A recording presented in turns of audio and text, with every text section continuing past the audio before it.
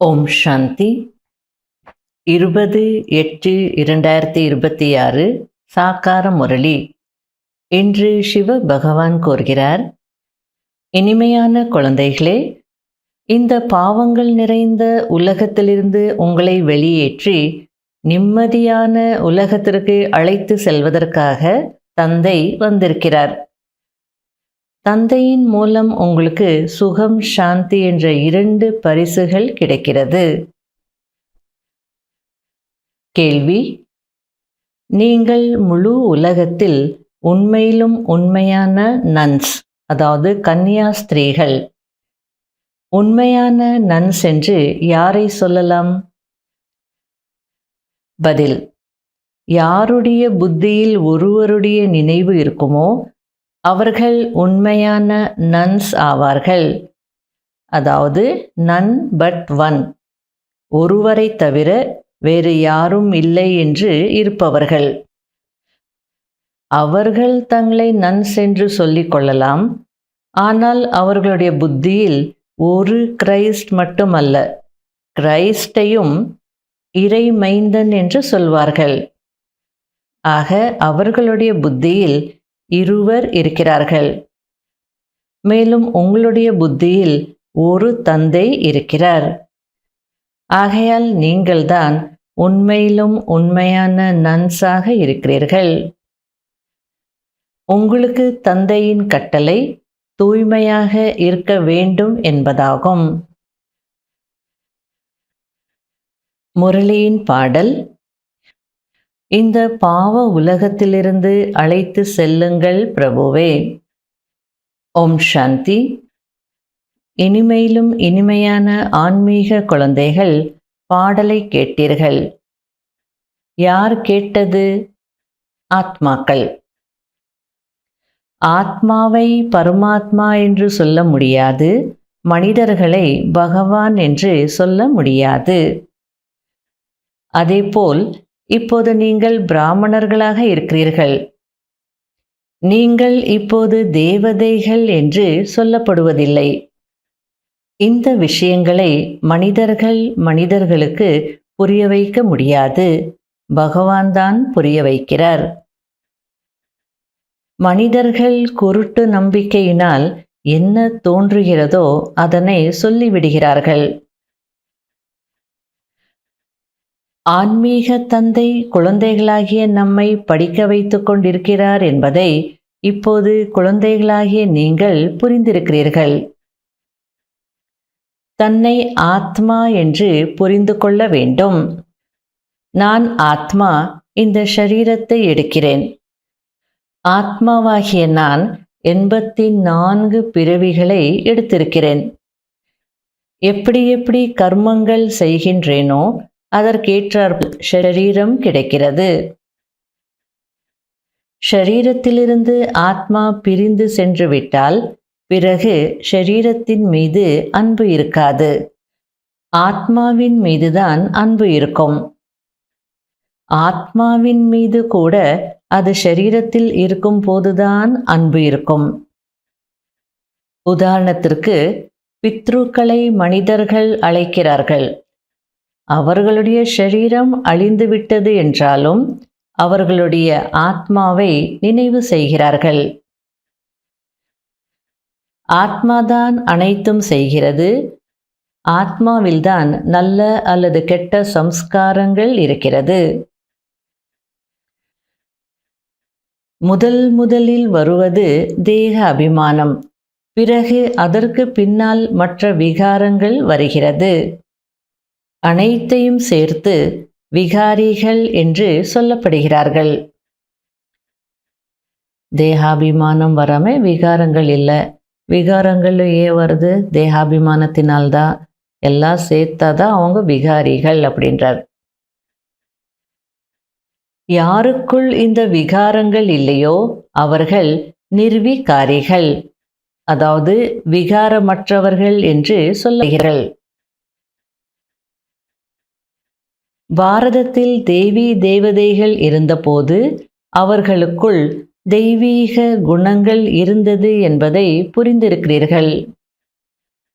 இந்த லக்ஷ்மி நாராயணரின் தர்மமே தேவி தேவதா தர்மம் ஆகும். இது மிகவும் உயர்ந்த சுகம் கொடுக்கக்கூடிய தர்மம். நாம் 21 பிறவிகளுக்கு நிம்மதி அடைவோம் என்பதை இப்போது நீங்கள் புரிந்திருக்கிறீர்கள். பாபா நமக்கு அதற்கான வழி சொல்லிக் கொண்டிருக்கிறார்.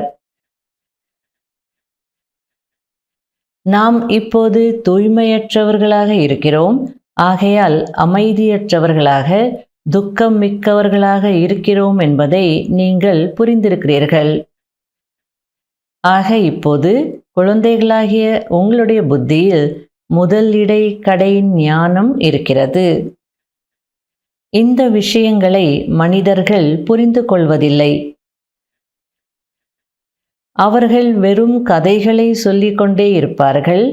கதைகளை ஞானம் என்று சொல்லில்லை.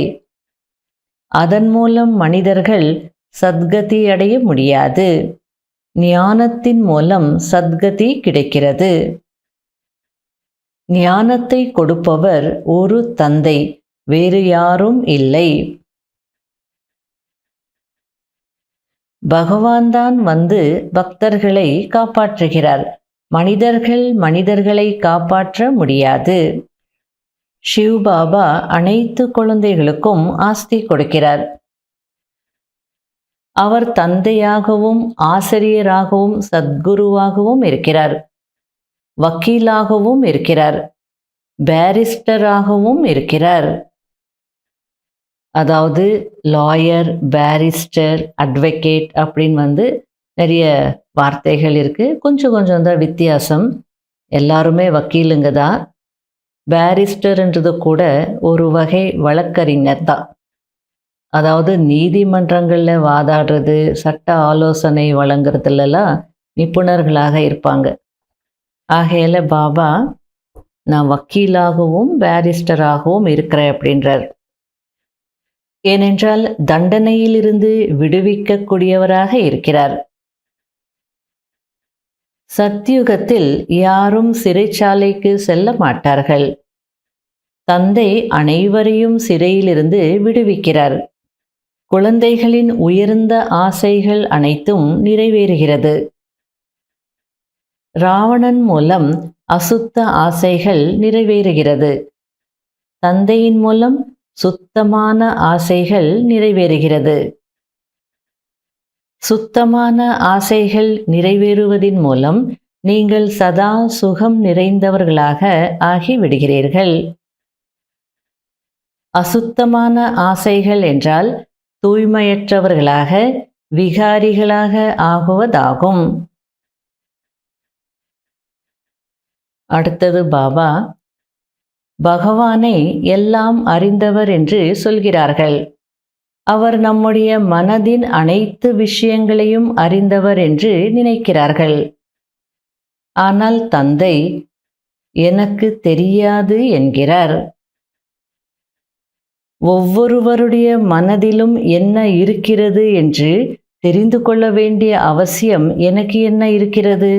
நான் வருவதே தூய்மையற்றவர்களை தூய்மையாக்குவதற்காகத்தான். ஒருவேளை யாராவது தூய்மையாக இருப்பதில்லை, ஆனால் தூய்மையாக இருக்கிறேன் என்று பொய் சொல்கிறார் என்றால் தனக்குத்தானே நஷ்டத்தை ஏற்படுத்திக் கொள்கிறார். அதாவது பக்தியில் கூட சொல்லுவாங்களே, தேவதைகளுடைய சபையில் அசுரர்கள் போய் மாறு வேடத்தில் உட்காந்துக்கிட்டாங்க, அப்புறம் சாபம் கிடைச்சதுன்னெல்லாம் சொல்லுவாங்க இல்லையா? அதுபோல் மதுபனுக்கு பாபாவை சந்திக்க போகிறோம் அப்படின்னா தூய்மையாக தான் இருக்கணும். தூய்மையாக இருக்கிறேன்னு பொய் சொல்லிட்டு வந்துட்டாங்க அப்படின்னா தனக்குத்தானே நஷ்டத்தை ஏற்படுத்திக்குவீங்க, அவ்வளோதான் அப்படின்றார். ஒவ்வொருவரும் தன்னுடைய முயற்சி செய்ய வேண்டும். பரம்பிதா பரமாத்மாவின் வலது கரமாக தர்மராஜ் இருக்கிறார். அவரிடம் பொய் சொன்னார்கள் என்றால் தனக்குத்தானே தண்டனைக்கு ஆளாகிறார்கள். நீங்கள் வாயுமண்டலத்தை கெடுக்கிறீர்கள் என்று தந்தை புரிய வைக்கிறார். யார் தூய்மையாகிறார்களோ அவர்களுக்கு தூய்மையற்றவர்கள் மீது வெறுப்பு வருகிறது. பாபா இவர்கள் கையினால் சமைக்கும் உணவும் கூட பிடிப்பதில்லை என்று சொல்கிறார்கள். அதாவது யார் தூய்மையாகிறாங்களோ அவங்களுக்கு அந்த தூய்மையற்றவர்களுடைய கையில் சாப்பிட்றது கூட பிடிக்காது. இப்போ பிரதர்ஸுக்கு வெளியூரில் வேலை, ஃபேமிலியை அங்கே கூட்டிகிட்டு போக முடியல அப்படின்னா கஷ்டம்தானே. அதுக்கு பாபா, ஆமாம் அது உண்மைதான், சாப்பாடு விஷயங்களில் பிரச்சனைகள் வரதா செய்கிறது, ஆனால் யுக்தி யூஸ் பண்ணணும் அப்படின்றார். அதாவது சிம்பிளாக சமைக்க கற்றுக்கணும். அந்த காலத்தில் மிலிட்ரியில் இருக்கிறவங்களுக்கெல்லாம் பாபா வெஜிடேரியன் ஃபுட்டு சாப்பிடுங்க, திருஷ்டி கொடுத்து சாப்பிடுங்க அப்படின்னு சொல்லுவார். வேற வழியே இல்லை அப்படின்னா திருஷ்டியை கொடுத்து சாப்பிடுங்கன்றார். இப்படி ஏதாவது யுக்தி யூஸ் பண்ணுங்க, மற்றபடி வேலையை விட்டுட்டு வந்துடுறேன், அங்கே தூய்மையான உணவு சுத்தமான உணவு கிடைக்கிறதில்ல அப்படின்னு சொல்ல வேண்டாம் அப்படின்றார். யுக்தியுடன் நடந்து கொள்ள வேண்டி இருக்கிறது. நீங்கள் தூய்மையான ஆத்மாவாக 16 கலைகளும் நிறைந்தவராக இருந்தீர்கள். இப்போது கலைகளே இல்லை, முற்றிலும் தூய்மையற்றவர்களாக ஆகிவிட்டிருக்கிறீர்கள். நான் ஒவ்வொரு கல்பமும் உங்களுக்கு புரிய வைக்கிறேன் என்று தந்தை கூறுகிறார். தந்தையின் நினைவின் மூலம் நீங்கள் சத்தோ பிரதானமாக ஆகிறீர்கள். இது ஆத்மாக்களின் ஓட்டப்பந்தயமாகும். யார் அதிகமாக நினைவு செய்கிறார்களோ அவர்கள் விரைவாக மாறுவார்கள். இது யோகா மற்றும் படிப்பின் ஓட்டப்பந்தயமாகும். பள்ளிக்கூடத்திலும் ஓட்டப்பந்தயம் நடக்கிறதல்லவா? நிறைய மாணவர்கள் இருப்பார்கள். அவர்களில் யார் முதலாவதாக வருகிறார்களோ அவர்களுக்கு ஸ்காலர்ஷிப் கிடைக்கிறது, அதாவது உதவித்தொகை கிடைக்கிறது. அதாவது மாணவர்கள் ஸ்போர்ட்ஸில் நல்லா இருக்கிறாங்க, டிஸ்ட்ரிக்ட் லெவலில் ஜெயிச்சிருக்காங்க, ஸ்டேட் லெவலில் ஜெயிச்சிருக்காங்க அப்படின்னா அவங்களுக்கு ஸ்காலர்ஷிப் கிடைக்கும், படிப்பதற்கு உதவித்தொகையெல்லாம் கிடைக்கும். நல்ல நல்ல காலேஜஸில் ஸ்போர்ட்ஸ் கோட்டாவில் அவங்களுக்கு அட்மிஷன் கிடைச்சிடும், செலவே இருக்காது. அதுபோல் இங்கேயும் ஞான யோகத்தினுடைய ஓட்டப்பந்தயத்தில் யார் நல்லா ஓடுறாங்களோ, ஃபஸ்ட் வருவாங்களோ அவங்களுக்கு கூட ஸ்காலர்ஷிப் கிடைக்குது, அதாவது சத்தியுகத்தில் உயர்ந்த பதவி கிடைக்குது அப்படின்றார். நல்லது.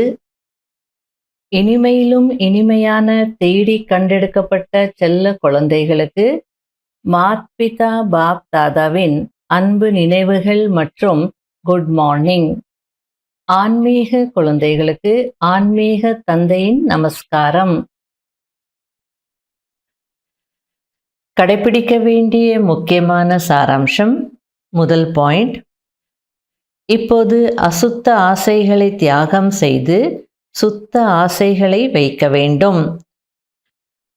தூய்மையாகி தூய்மையான உலகத்தின் எஜமானர் ஆக வேண்டும் என்பதுதான் அனைத்தையும் விட சுத்தமான ஆசை ஆகும். எந்த ஒரு தப்பையும் மறைத்து தன்னைத்தானே ஏமாற்றிக் கொள்ளக்கூடாது. தர்மராஜ் தந்தையிடம் எப்போதும் உண்மையானவராக இருக்க வேண்டும்.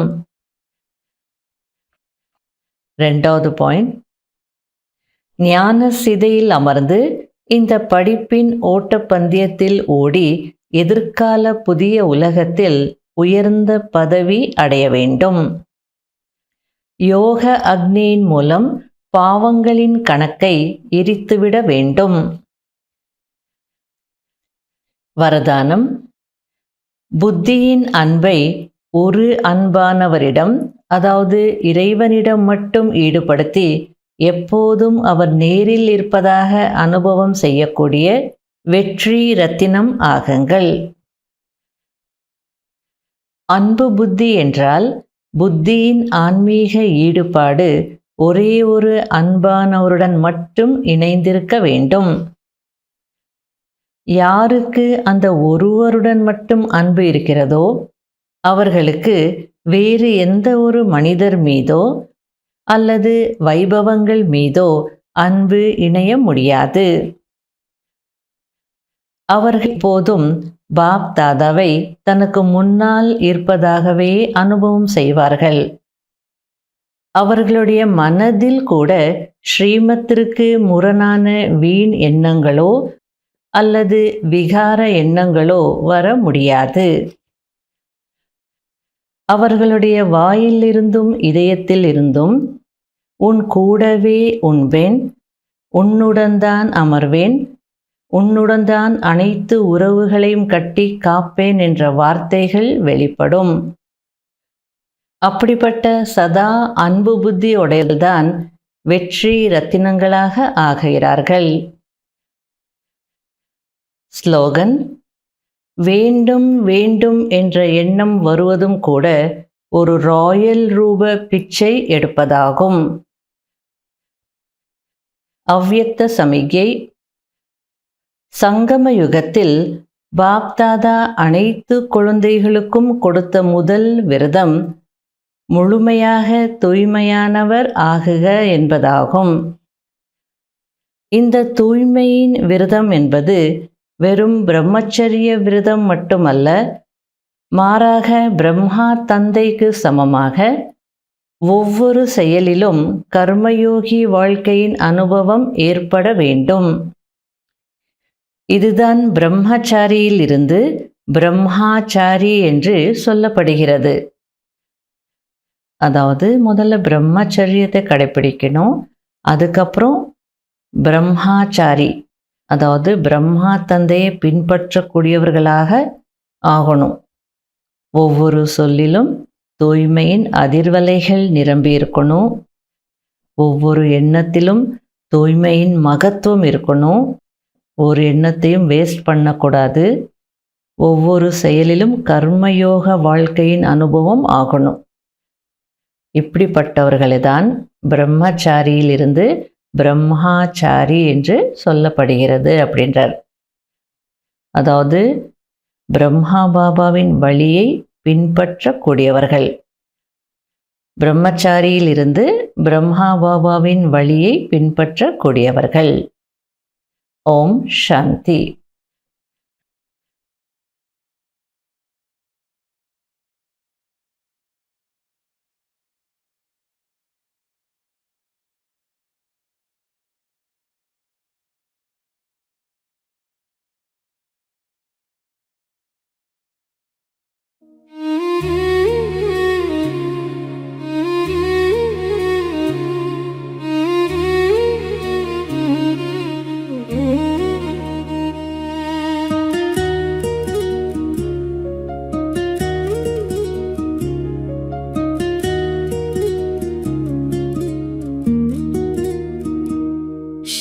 தந்தை என்பதா என் தாயும் என்பதா, என்னை பார்த்து பார்த்து வளர்ப்பதனால் பாபா என்பதா.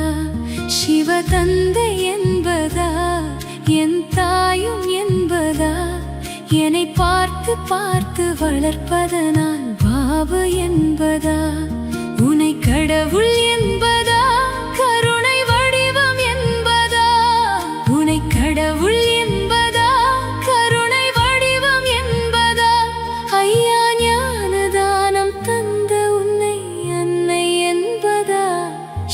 தந்தை என்பதா என் தாயும் என்பதா, என்னை பார்த்து பார்த்து வளர்ப்பதனால் பாபா என்பதா.